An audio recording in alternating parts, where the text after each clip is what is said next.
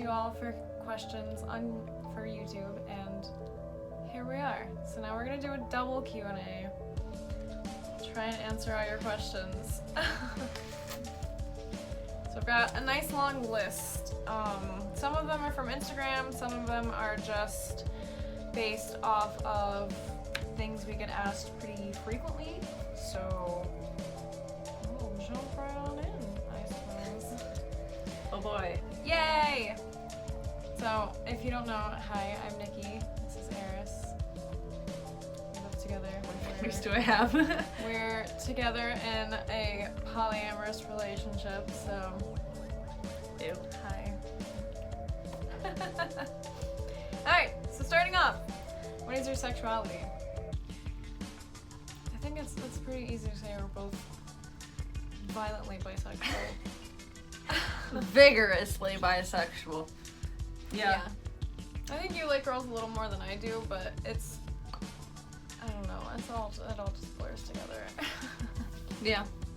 Yeah, bisexual. I mean, that's, I guess, what I've been identifying as for a long time. Yeah. Because I've basically always known.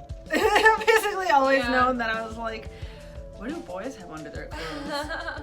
What do girls have under their clothes? Even though, I mean, I guess I know what girls have because I have my own body, but that didn't stop my interest in wanting to know. I had my first girlfriend in like 6th grade, and we didn't do anything but hold hands and like stay the night and like cuddle with each other, but I don't know, it took me a long time to realize like, hey, those are gay thoughts. Yeah, well, and it's not that it's like, I never realized I was gay, I just realized that everybody else wasn't. That was the only thing is, being bisexual, I guess, it never, didn't really occur to me on my own that, like, other people were picking and choosing a side. I was like, whatever. Oh, you draw a limit? Weird. Can't relate. So, the next question is, are you dominant or submissive? I think in our own personal lives, we are both submissive. That being said, we're very, very capable of switching when necessary. It's a very soft. Yeah, I say submissive as in, you know, like, he's the head of the household and that's just kind of how it is. Not necessarily... But it's not that I can't tell him shit. I can tell him shit. Well, I can tell him no if I want to. I can give him suggestions. He respects our words and we respect his, and I think that's how it works the way it is. You know, it's not I do everything that I'm told to do with no protestation. You know, like if I disagree with something or if I think something could be done differently, you know, that's open. The floor is open for conversation to have that kind of dialogue.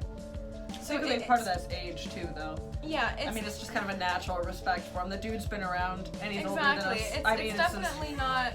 I don't know. It's earned. It's not textbook dom-sub relationship, I guess. No. It's just kind of the relationship, I guess you would accept.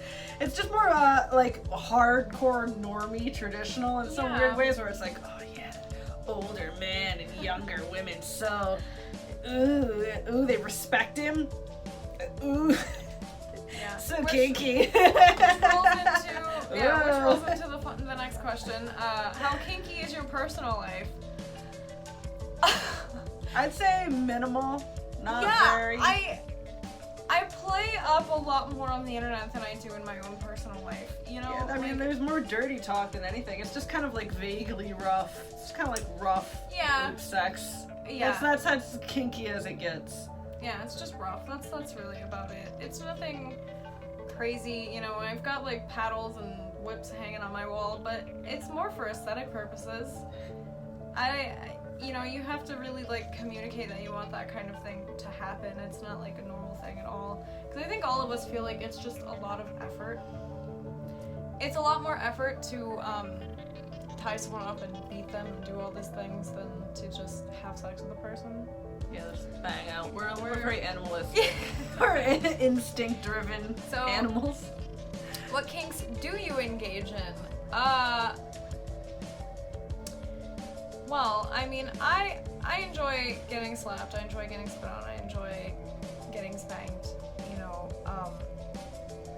but it doesn't have to be like that every time. I don't need any of that to have, like, an enjoyable sexual experience. So, as much as I enjoy that, some stuff, and I think we're just filthy breeders with anyone. Yeah, I don't know what kink do I engage in kink? I don't know. My kink is that I'm a human having sex with another human in a very, but like in a very like animalistically human way. But, you know, there's not. I mean, it's rough, but not a bad way. Yeah, it's nothing crazy. When did you start getting kinky? I was way kinkier with my ex. Yeah. Yeah, thanks. I know. I mean, personally, I don't know. I had an ex-boyfriend that like had ever tied me up like once or twice, but it was a bad time.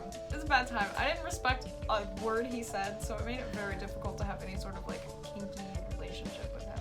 And it became one of those things where he thought that's what I wanted, so he would try really hard to be kinky, and it was a failing relationship, so it just never worked, ever. Dominant or submissive in your personal life, we kind of already went over that one. Do you get lifestyle dominated or sexually dominated? Yeah, like, that's where, because it's more like a sex thing.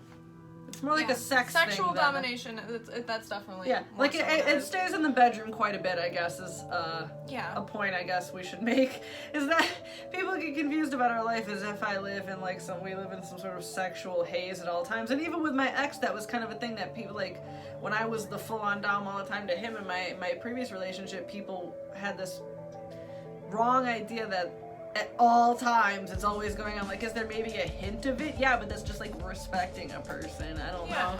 Exactly. But I mean, it's a lot of it's just like filthy talk. It's dirty bedroom shit, and then it's like our real life. I don't think you'd notice that much, really, other than the fact that we accidentally call him like sir and daddy and in front of like just anyone. Yeah. Like, oops. Had to avoid that really hard with my parents. I guess that's kind of really the most like kinky fetish dom thing that happens, is we don't refer to him by his name, but whatever. Why do you enjoy polyamory? Personally, I like that it's kind of like a team effort. You can talk to each other about the same person if you're having like problems, or if you're unsure about, like, maybe you misread something they said or you misunderstood, you know, you have someone else to kind of talk to about it. You have like a team to help with bills, to help with just general life goals. It's cool. It's like a little family. I don't know. Personally, I just think it's nice, and then knowing that even if I want to go fuck off and be alone, the person that I care about won't be like left alone. Like, they don't have to be forced to just go hang out alone because I don't want to be around, you know? Yeah, I'm a little bit dead inside. I think that's part of it, is that I'm a little dead inside, and no matter how much I like you, inevitably I'll be like, leave me the fuck alone. And so, I guess I'm just not bothered by, like, that's just like, okay, cool, go, you know, like, go do something else because I need to get the fuck away from all of you. And like you said, also, it's somebody to talk to, because we'd be fucking annoying as shit to anyone else, half the shit we talk about. When we just talk about our lives and our relationship over and over again, and it would just be weird to talk about that to other people. They would probably get bored of it. They would probably get annoyed of it really quickly. I think it helps. Yeah. I think it helps with keeping everyone accountable. You know, if you say some mean shit to each other, you know, the other person can kind of be like, hey, that was kind of mean. That was unnecessary. And it's a lot easier to kind of troubleshoot when there's like an outsider that's like still knows the both of you very well, but isn't just like a random person that doesn't know the relationship. You know what I mean? Also, I guess being a bisexual, I'm just like sexual access to males and females. Yeah. Well, male and females. Group sex is definitely a positive of it, although not every polyamorous thing has group sex like that. No, but the fact that I have access to it is pretty great, because then it's just like, I don't know, I just think it's cool. My bisexual brain's like, woohoo, everything at once, yeah! How did you get into being polyamorous? Well, personally... Yeah, so you have more to say on this than I do. I answered this in my own Q&A video, but I used to watch poly documentaries and like things on like TLC about poly families, and I just thought it was interesting. I thought the dynamic was interesting. I thought that it was really cool having, you know, kind of like a team of people to help raise children and do things around the house, and you just had like people that you could for sure rely on because they were there, and it was just this pure love for everyone and everyone's happy, and I thought it was really cool. And I ended up getting into a relationship, a little like poly three-way relationship a few years ago, and though it ended very poorly because one of the people were not fully invested in like the poly lifestyle, it was really good when it was good. It was happening, it was really great, you know, like I would cook, or the other girl would like cook dinner, and my boyfriend and I would hang out, and then I would cook dessert and he and her would hang out, and it was just kind of like this nice thing that everything got done in the house and everyone enjoyed each other's time and company, and it was a really enjoyable experience. And again, just I could be alone and still know that like I'm not offending the person I care about by being like, hey, I don't want to hang out with you right now. I think that's a good point you make though also about the polyamory thing, is that it's kind of like a weird surrogate family unit in a way for people who maybe don't have a big family or a good relationship with your family. I think it kind of does open you up towards it. Like I've had a very small family forever, so as a child I always wanted a big family, and that was something I loved so much about like the poly documentaries and stuff. I mean, I'm not going as far as to say that I want to be a Mormon or anything, by all means, but I thought it was cool that they did have such a big family, that everyone was a part of it and everyone did their own thing, and it was really cool. So, how can I convince my significant other to become poly? Oh yeah, that's a question that people ask a lot, like about how to convince people to become poly, or like, can you start being poly in the middle of something? No.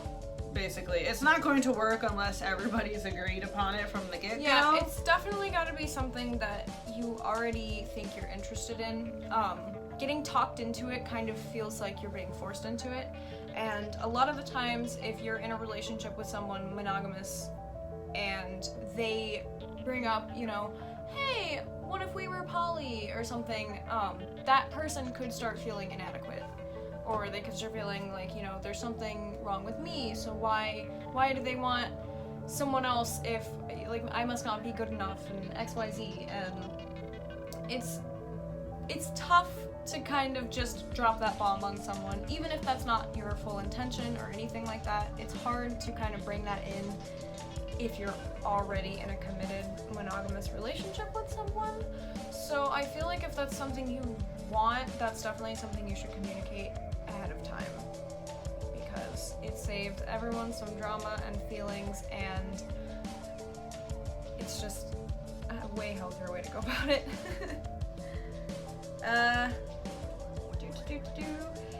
Are your poly relationships equal? As equal as they can be. We get the same treatment and everything, but obviously we're two different people, so she has interests with him that I don't have, and I have interests with him that she doesn't have.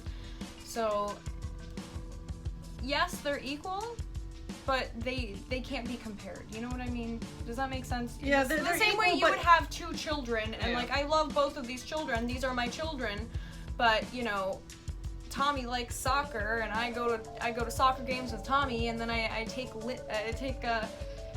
my daughter to piano class. You know, like it's two different things. So it's hard to pit them against each other and try and compare them, and that's something that a lot of people tend to do, and it just doesn't work. Well, I mean, I guess it's also worth noting that all relationships also pass and fail on their own. So, for example, you know, more than one person can be in a relationship with the same central person, but the relationships could be at different points. Like, let's say, you know, person first girl you've been dating for a long time and you trust her, or even if you haven't been dating for a long time, things have just gone well. There's been no problems. There's been no issues. Everybody's gotten along. You've discovered more interest together, blah, blah, blah. Another girl, has the same, I guess, equal opportunity to you, but if her relationship with him could be negative, like they could argue about things, they could have a lot of political differences or ideological differences, or, over time, I think a lot of times it happens is that over time people that get involved in this lifestyle maybe realize that they're not okay with it.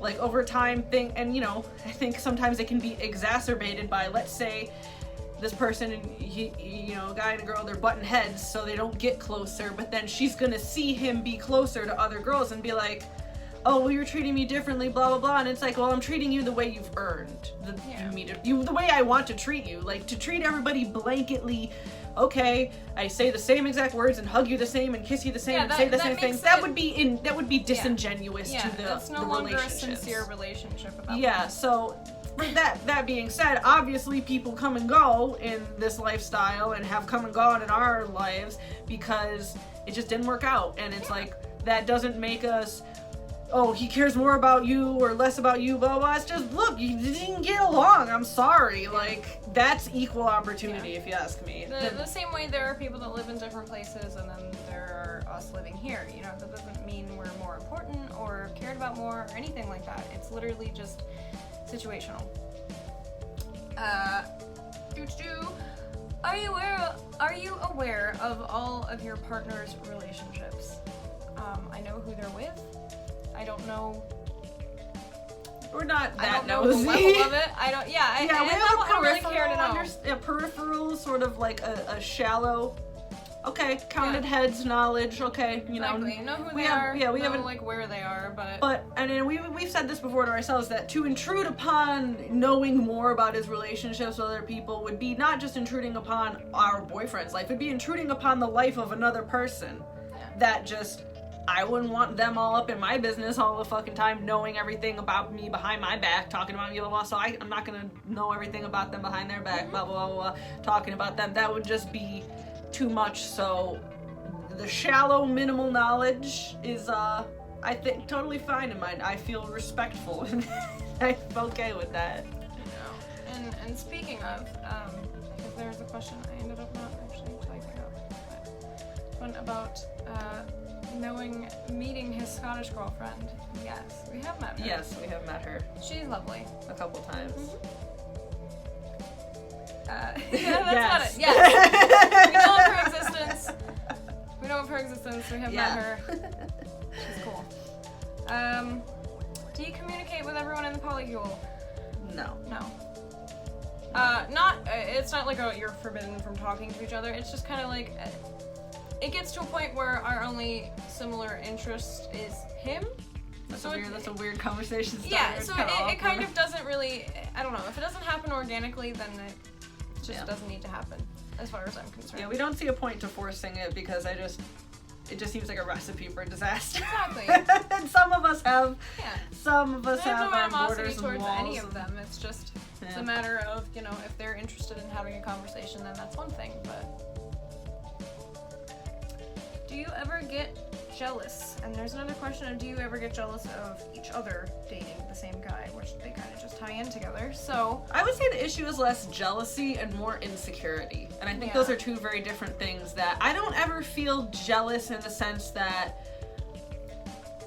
I think that others have something that I want with him that I can't have or that I'm being denied. To me, it's all just a you earn it or not kind of thing. Like, if he was spending time with someone and I was like, I want to spend time with him, then as far as I'm concerned, when he's done spending time with her, I'll spend time with him. But I mean, that's, to me, just insecurity on my behalf that, oh, I'm insecure about being alone right now, or I don't have to be, they call it food insecure with dogs that are like really snappy about food and really like don't get near my food. I don't like that mentality is, I guess, kind of the insecurity you can feel where you're just like, oh no, I need time. You don't have to, you have to work away from your feeling insecure about like, will I get what I want? Trust that he wants to give it to you. and go from there. That's about, I mean, that's about the closest approximation I can say to jealousy. Because at the end of the day, I think jealousy stems from the fact that you feel like someone is at a higher level than you or further ahead in the competition. And advantaged over you. And thinking that way, thinking that it's a competition is a total detriment to the total fucking detriment to the lifestyle, to the relationship. It just doesn't work. That being said, I can recognize that jealousy does happen and it's completely natural. For others, I'm sure probably, yeah. That being said, yes, I think it's jealousy is definitely a personal thing. It's you feel that jealousy and that's a you thing. It's not their fault that you feel jealous.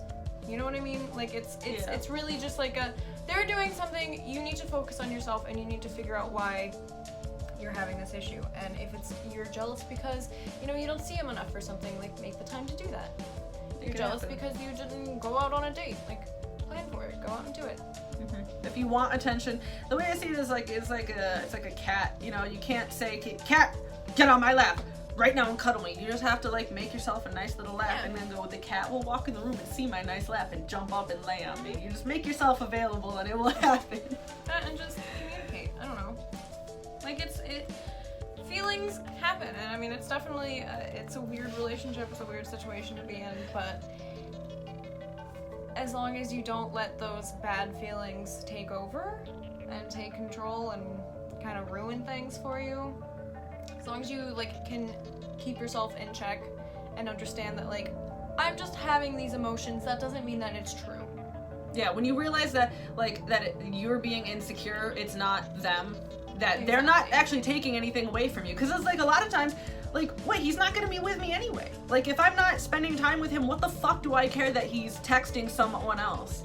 Or I'm not even gonna be near him anyway. I'm in my room playing Minecraft. Of course, I don't give a shit if he's sexting another one of his girlfriends. I don't fucking care. I'm playing Minecraft. I'm not sexting him. I'm at work, so... I'm busy doing me. Whatever. It goes back to it, though. Like, I'm at work, I'm doing something, so I'm happy that you have someone to spend time with. Anyway, how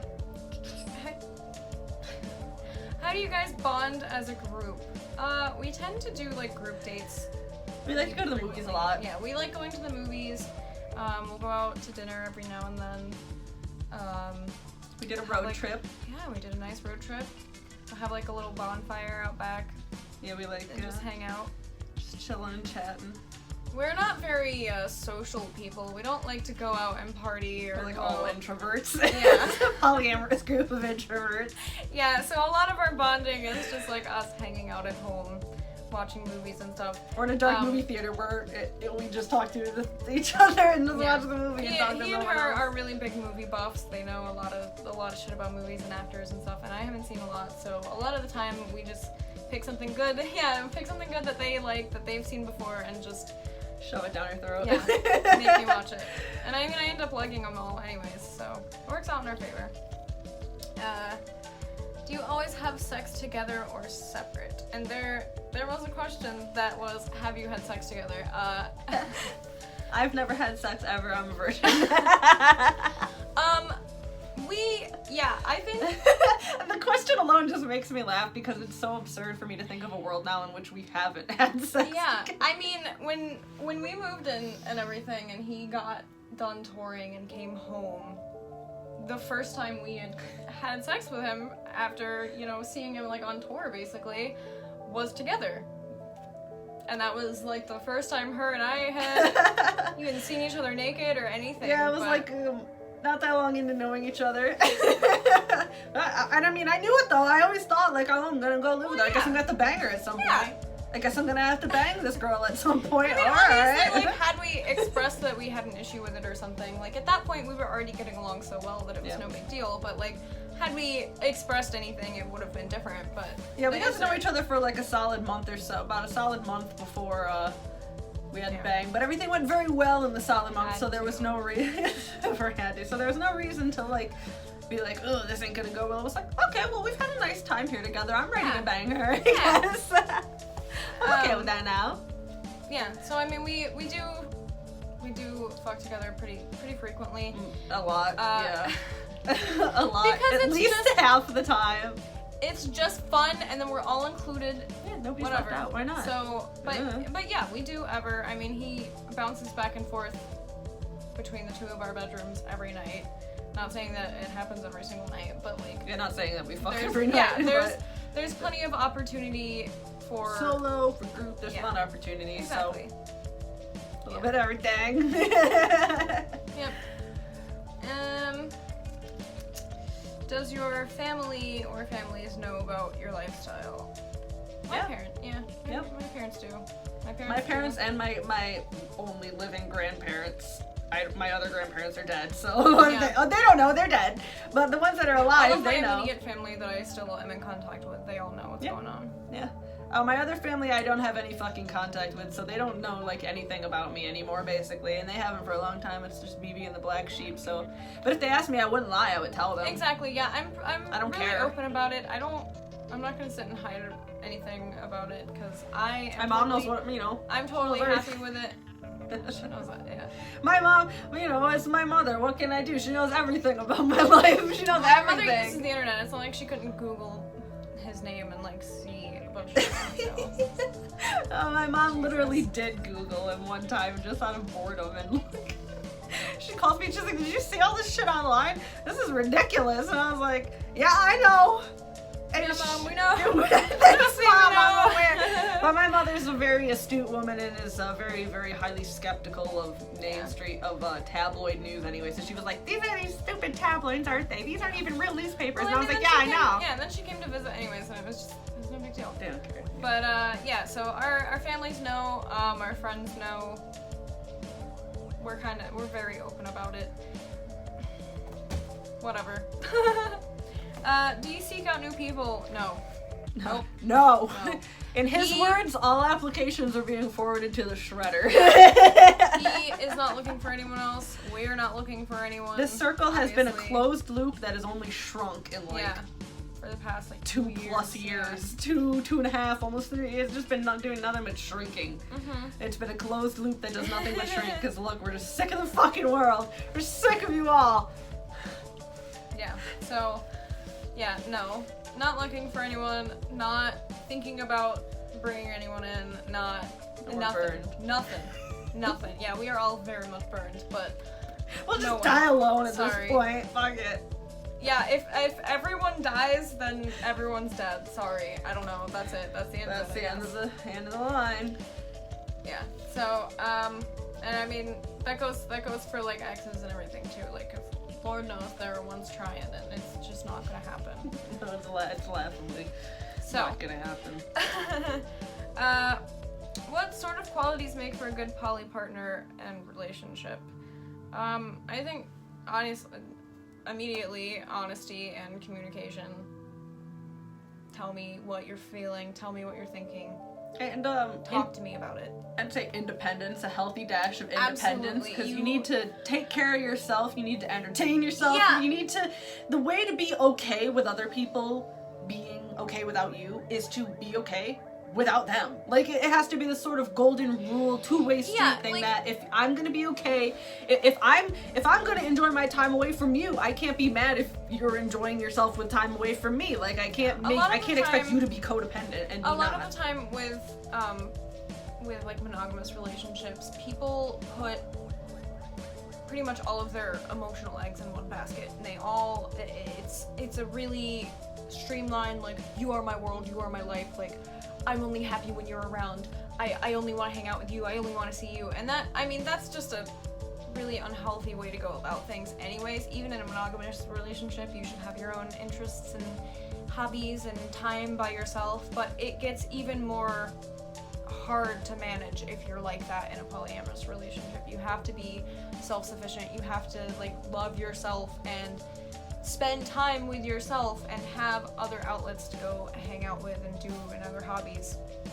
Yeah, you have to have other people that you go talk to, like, your partners or whatever, off doing stuff. You know, exactly. You have to have your own independent interests and hobbies and friend groups and just things that you do when you're alone. So it's not like you're sitting in your room like, what are they doing? Who are they talking to? I wonder where they are. I wonder where they're going, what they're doing. I'm not thinking about that because I'm busy like Minecraft. I'm just busy playing The Sims for like 10 hours straight. I don't know. I don't know, whatever. I'm just busy in my room dancing for like 2 hours. I don't even care. How long have you guys known each other?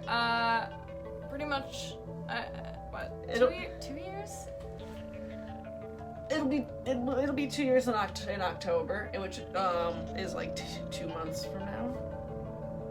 It's about 2 months away from 2 years of us knowing each other. Yeah, we met when we moved in. I mean, we had been in contact with each other like a couple weeks leading up to moving, but that's why we know each other. It's the catalyst for it. Yeah. There's no. We know each other because we were banging the same guy and we just happened to get along really well. Happened to get along really well, and then moved in together. So, bam. Do we have a favorite William Control Aiden song or album? I feel like this is the question everyone expects us to have, and I don't listen to that fucking nerd. I hate all of those music. I hate them so much. I hope somebody throws my entire collection into the dumpster. This is a terrible joke I'm making because I lost all of my CDs and music collection in a terrible accident. Terrible accident. That was out of my control, and I'm not joking. It was completely out of my control. But I tragically lost all of them. But then fucker has all of his fucking music. It's not like I need it anymore, but I did lose all of my other great CDs, so I'm still in pain. But that being said, I'm so stupid and predictable. I'm just gonna pick Hate Culture. He hates it because he says it's not mastered great because it's like it was made with rudimentary musical technology. But that was the first. I did not like Aiden. I was not an Aiden kid, not because I dislike their music. I just hate emo kids. So I was like, ew, emos. I was like one of those pretentious. I'm wearing a Lady Gaga t-shirt. I was like one of those pretentious goth kids that was like, ew, emos, you mainstream dumbasses, and ew, Aiden, that's emo. And I was just at home listening to techno.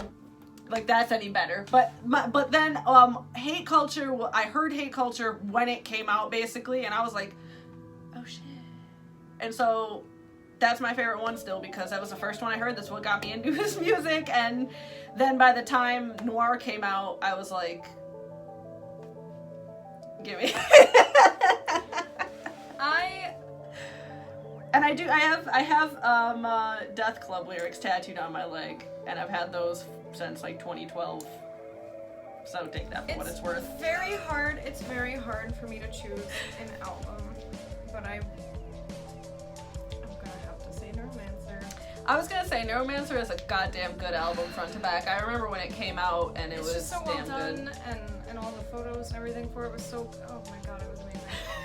But yeah, and whatever. So that I say that even though literally every single song is like near and dear to my heart, because of course it is. I'm a fucking fangirl.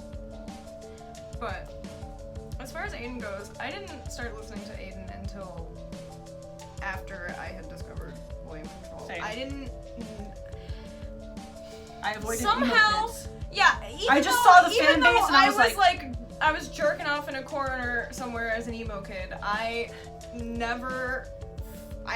I didn't get too involved in music, so I just kind of never found it. I mean, I knew that it had existed, but it was never something that I like paid too much attention to, I guess. That being said, man, so many good albums.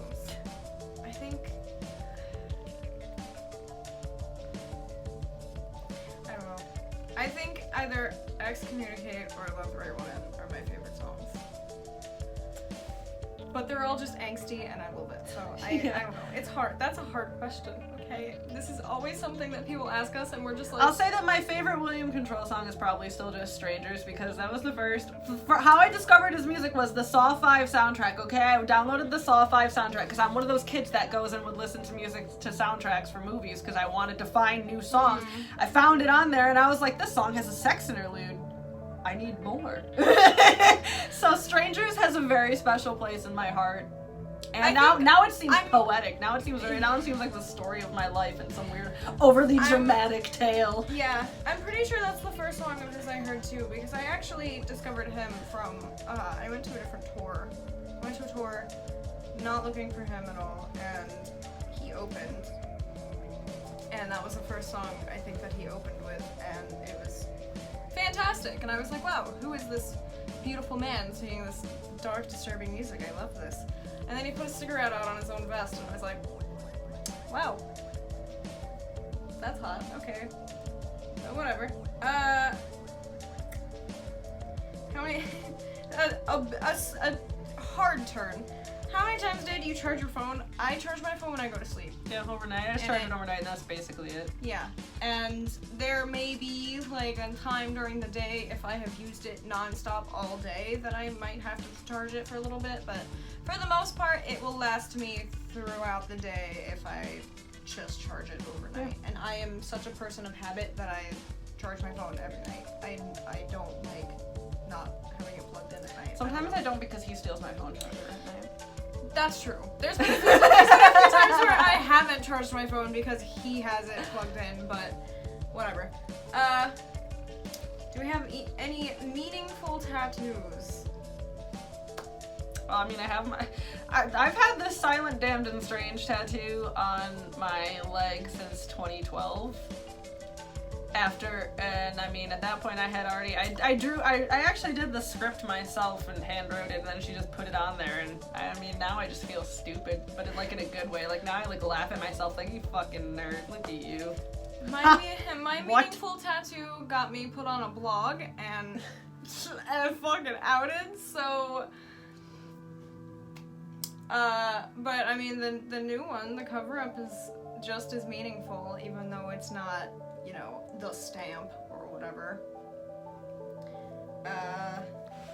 Every other tattoo I have is just kind of our little... Yeah, it's just kind of a tattoo. Oh, yeah, someone asked about how they were healing.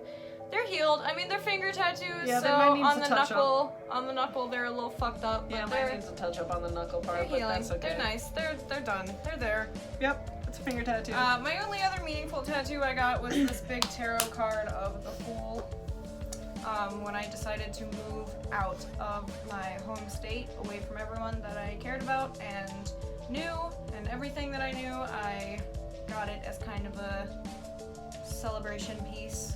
Yeah, my chest tattoo is it's a cat skull and a morning glory, and it's supposed to represent life going through death, and it has to just do with symbolism from my childhood and death in my family. And then this heart in an ice cube,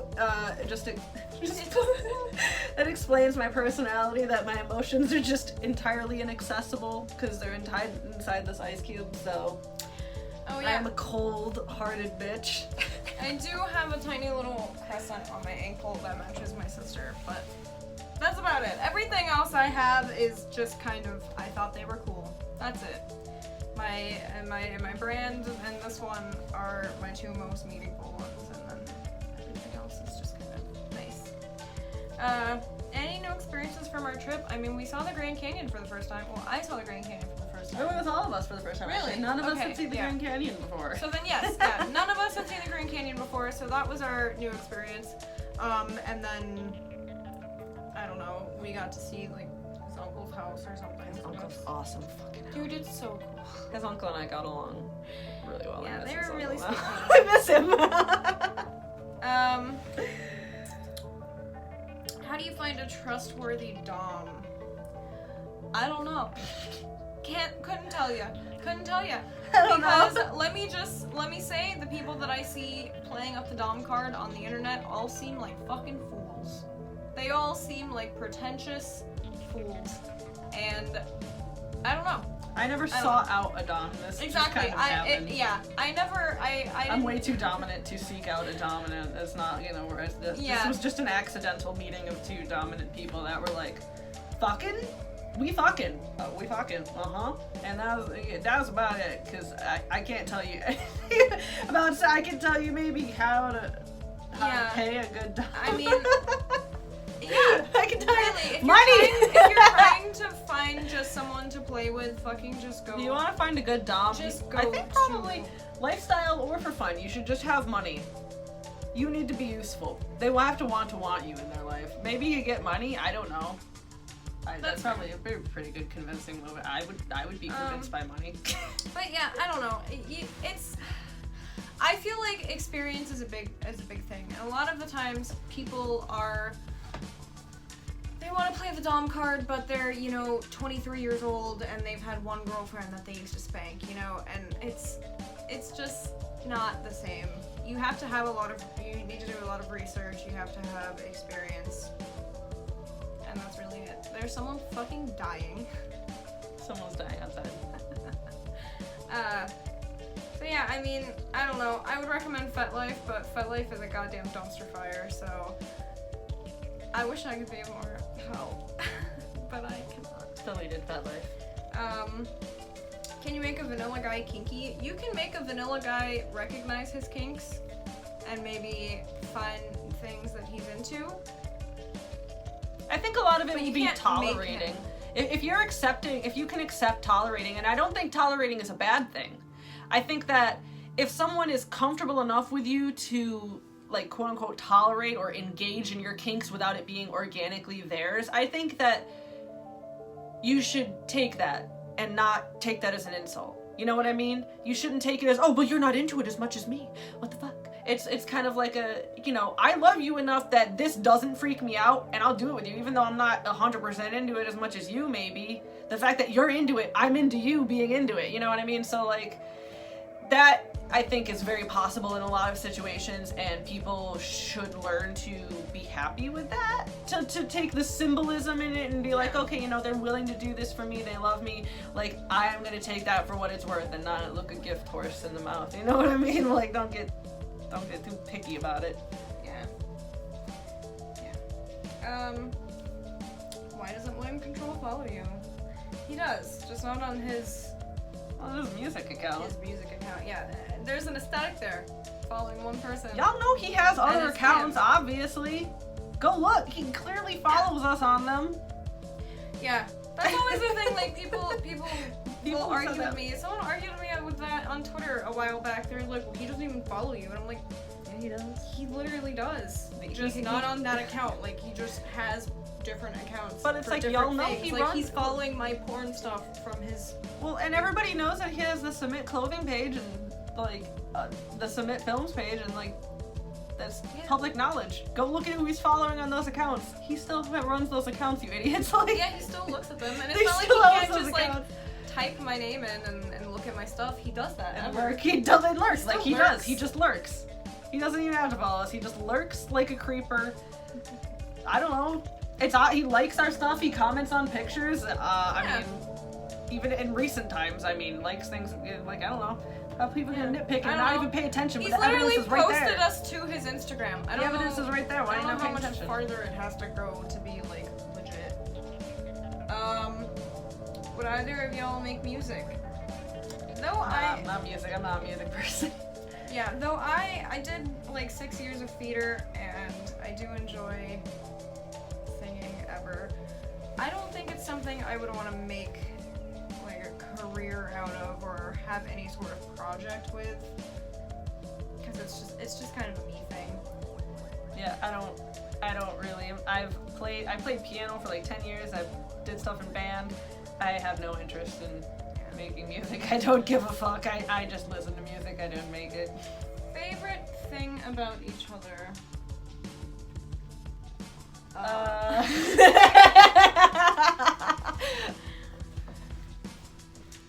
What is my favorite thing about you?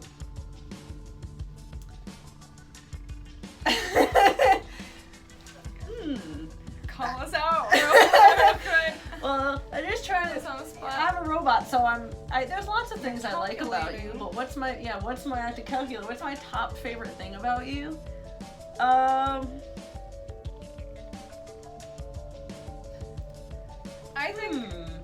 think my favorite thing about you is your work ethic, even though it pisses me off so bad sometimes. Even though it is like the reason we butt heads a lot, because you just want to work and I want to not work. I want to do something else. Your work ethic, I think it's very useful. It pays off very well, but I think that's my favorite thing. Also, just I don't know. You have a lot of interests, and you're not afraid of diving into those interests, and that's cool because not everyone really is weird. not everyone is so willing to be unapologetically themselves, and that's kind of inspired me to be more myself as well. Oh, well, thank you. I think my favorite thing about you, I think part of what I really like about you is that you're very in touch with your feminine energy, and just the sense that you appreciate beautiful things and emotions, and I'm kind of a robot, and he and I are both kind of robots, so it's great. Like, he and I sit in a room and just go beep, boop, beep, boop, data. It's great, but like, it's nice to come back to humanity. I feel like at times you make me, you remind me to not be an asshole.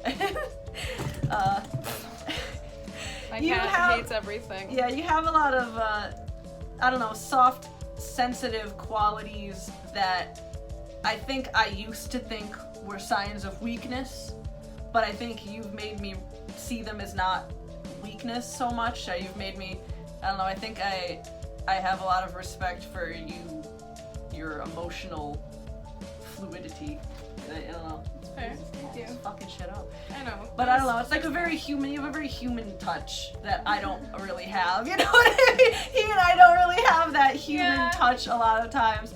And I think that, I don't know, it's something that is obvious even, I think, just from afar, just the way you decorate. You love decoration a lot, and you just appreciate good food and things like that, and I think I'm just really drawn to that sort of like in the moment, or I don't know, emotional vulnerability of it all, that you just like, you love things and have emotions about things, and you like feel sad and are not like embarrassed. I'm ashamed to have human emotions, so I am comforted by somebody who has like competent human emotions. Yeah, I'm definitely the crybaby of the group. I definitely just cry all the time. You do. Not all the time, but like I will cry over the stupidest shit. But yeah, I think I like that you make it feel human. you fair. You have a soul, and I like it. That's fair. Alright, well, moving on to a less sweet, less gay question. I don't know. How did you know when you started liking anal? No, that's still a very gay question. Well, how did I know when I started liking anal? I don't know. I was like 13.